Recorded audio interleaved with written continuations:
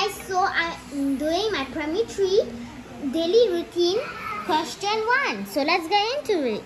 So write 8,906 in numerals. So first guys, you do not write the answer super quickly. First write TH is the 1,000, the H is the 100, tens and one and units. Okay, so if you are confused, right, just do this. So let's read. Write 8. So 8 will go in the 1,000. So 8 is here. 900. So 100 is here. So we'll be right 9.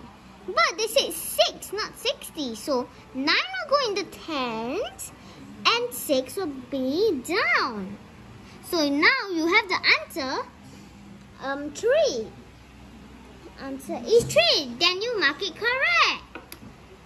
Now let's do the other one. Okay, bye-bye.